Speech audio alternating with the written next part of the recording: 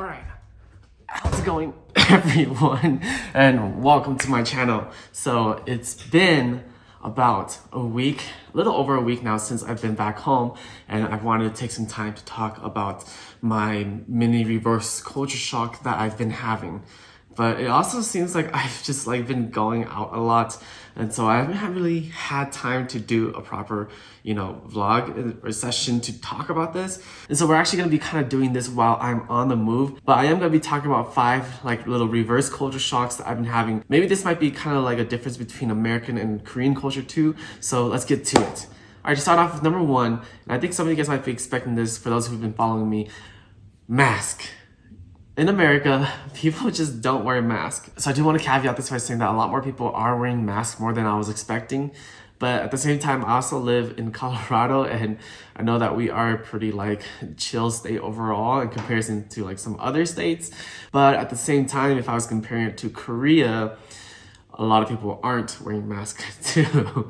And so initially when I did go into a store or to a gym here in the States, and a good chunk of people weren't wearing their mask, I did feel a little bit of anxiety. And I think this culture shock kind of stems from the difference between how Koreans and Americans interact to their laws and regulations. Because in America, there are signs that says in this facility, you need to be wearing a mask at all times. But then you see a good chunk of those people aren't wearing masks. But on the other hand, if you're in Korea and you see that same sign, 90% of those people will be wearing a mask. And if they're not wearing masks, they're either told to put on a mask and they do it, or they get kicked out. And so that did take a bit of time for me to adjust to, because I was in Korea when the pandemic started. And so I only kind of know people who wore masks when they're told to. Whereas even though I'm American, I came back to America expecting people not to wear masks. It was still whoa. All right, so this next reverse culture shock that I had when I came back to America is bowing and receiving or giving with 2 hands. So I can't really show you guys, but it is fairly common in Korea to be giving and receiving with 2 hands. It's not a must thing. You're not gonna be absolutely disrespectful or something if you give something or don't receive with 2 hands. But it is something that is fairly common in Korea, where it's not a thing at all in America.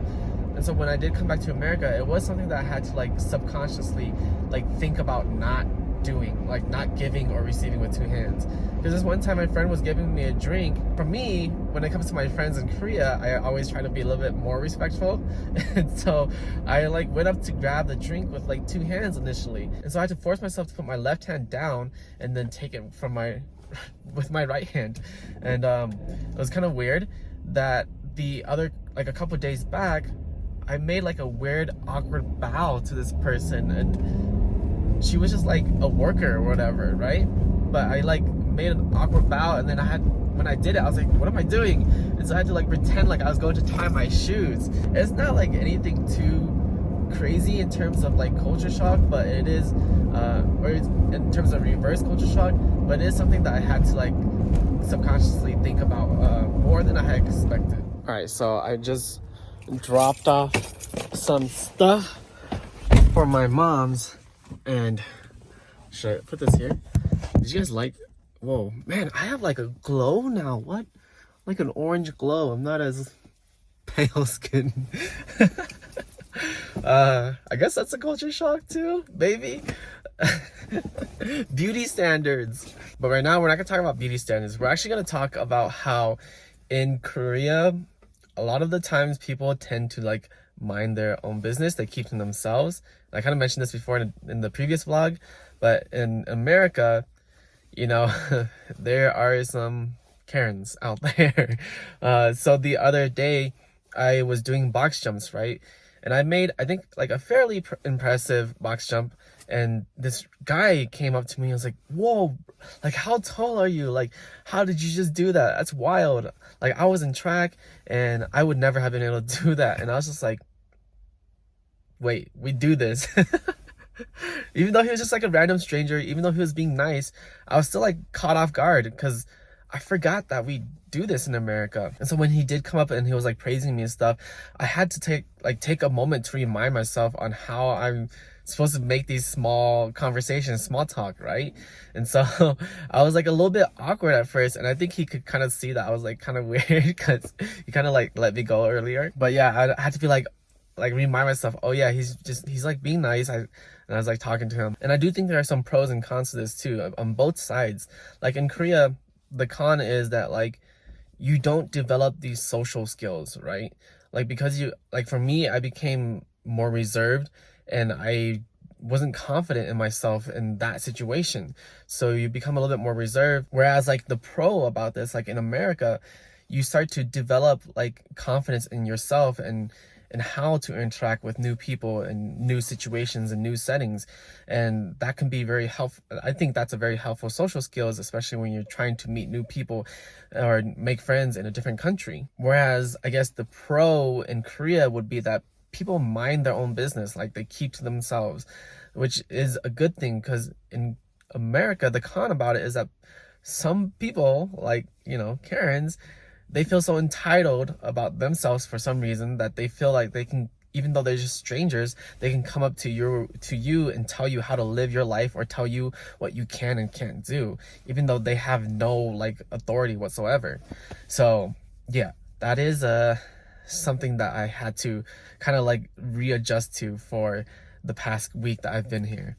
Ooh, right here is a pretty good spot. Okay, so another thing that I think that is pretty different here that I've noticed is the eating culture in Korea and compared to America.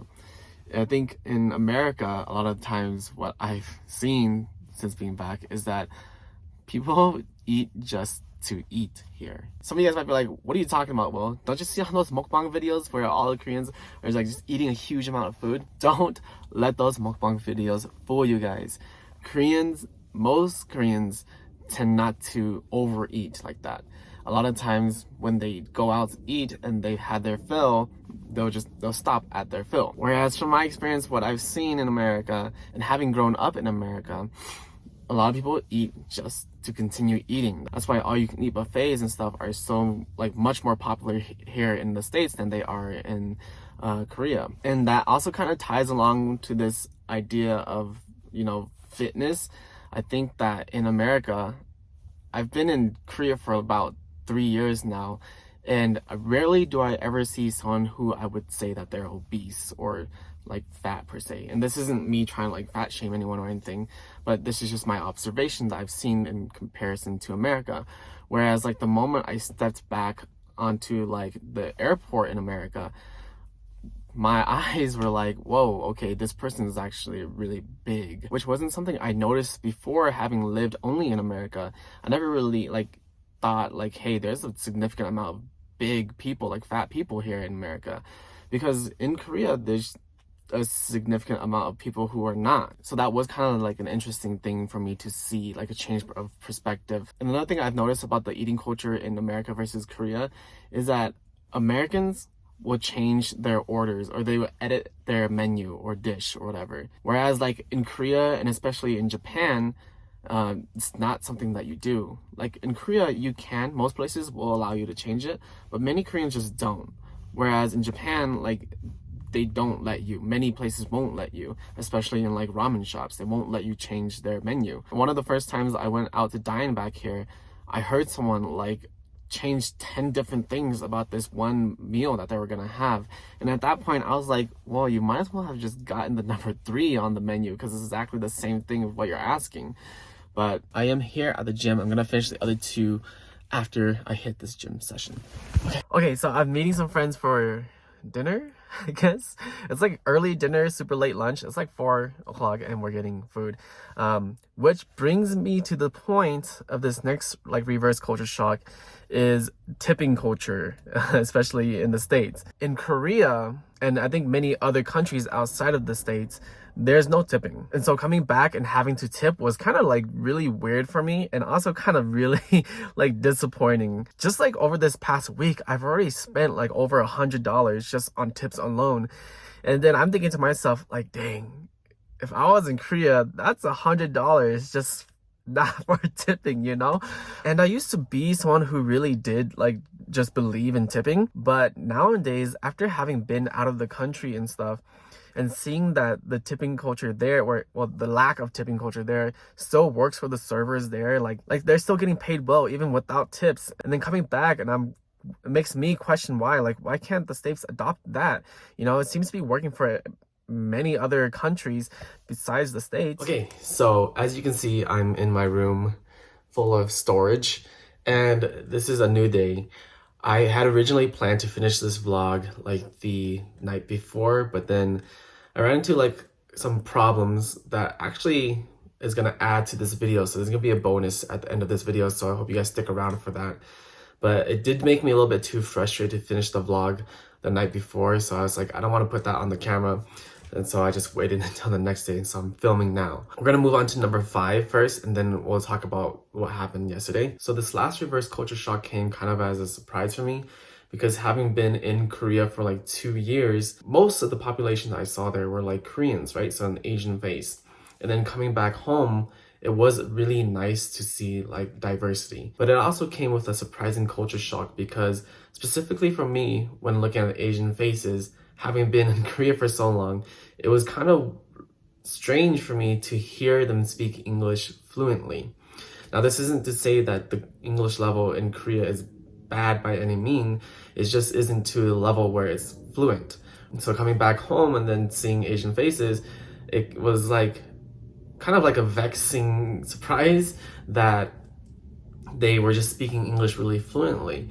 And then I had to make that reminder of like, oh yeah, I am in America again, and people do, like, English is arguably the primary language here. In Korea, I always try to be like extra aware of someone's English level, because I know that my Korean level is really bad. And so whenever I'm talking to someone in Korea, I always kind of slow my English into my conversations with someone who is Korean until I understand, or until I find out that, oh, they can speak English to like a higher level, and then, you know, kind of adjust my level to that. And so coming back to America, I'm like, I was trying to like ease my conversation level of English into some of these like Asian Americans, but then I caught myself because I didn't need to. So that came back as like a bit frustrating surprise for me, because I was like, dang, now I'm making bad assumptions here in America, you know, but it wasn't necessarily a bad assumption in Korea. So I thought that was an interesting reverse culture shock for me. Okay, so this last one, which made me really frustrated last night, and I've actually mentioned this in a very long time ago vlog when I first moved like to Korea. The culture shock that I had in Korea was that not many people in Korea steal. Like, stealing isn't really a thing in Korea. And so the reverse culture shock I had coming back was that people in America steal, you know? It's like a threat here. One of the first things I saw like at a Walmart sign was like, oh, we have security system here in place. And then I was going to the gym, and then even the gym was like, you're leaving your vehicle here at your own cost. Make sure you lock your doors and things like that. And the reason I was so frustrated yesterday is because someone actually stole my credit card, and they used it too. And initially when I had made this video, there wasn't any like ranking system of whether or not like one reverse culture shock was worse than the other or anything. But this one kind of like really frustrated me. This was the one thing that was like, oh, I kind of actually miss Korea now. These were the things that I didn't have to worry about. Like, I didn't have to worry about gun violence. I didn't have to worry about someone stealing my stuff. I didn't have to worry about all of these things back in Korea. And for me, it's kind of sad to say that, because America is my home, and I've only been home for like a week now. But it's not like I hate America for it. I still love my own home, my own country. It was definitely just something frustrating that I experienced. I do have to get a new driver's license, and I do have to order a new debit card. And so I just have to remind myself that when I'm in America, when I'm back home, I have to be more careful about those type of things. I mean, it is what it is. I hope you guys enjoyed these 5 and plus 1 reverse culture shock. Until next time, thanks for watching. Peace out.